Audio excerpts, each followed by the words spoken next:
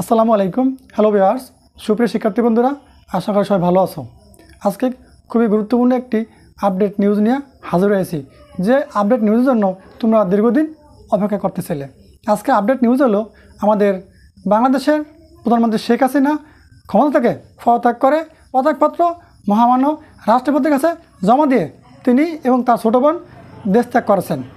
এবং আজকে আরেকটি গুরুত্বপূর্ণ আপডেট নিউজ হলো তিনি চেয়েছিলেন জাতির জন্য একটি ভাষণ রেকর্ড করে রেখে যাবেন, কিন্তু সেই সুযোগটুকু তিনি পাননি। আজকে সেনাবাহিনীর প্রধান এবং দেশের বিশিষ্ট রাজনীতিবিদ এবং বিশিষ্ট ব্যক্তিত্ব যারা আছেন তাদের মাধ্যমে একটি অন্তর্বর্তী সরকার গঠনের চেষ্টা চলতেছে।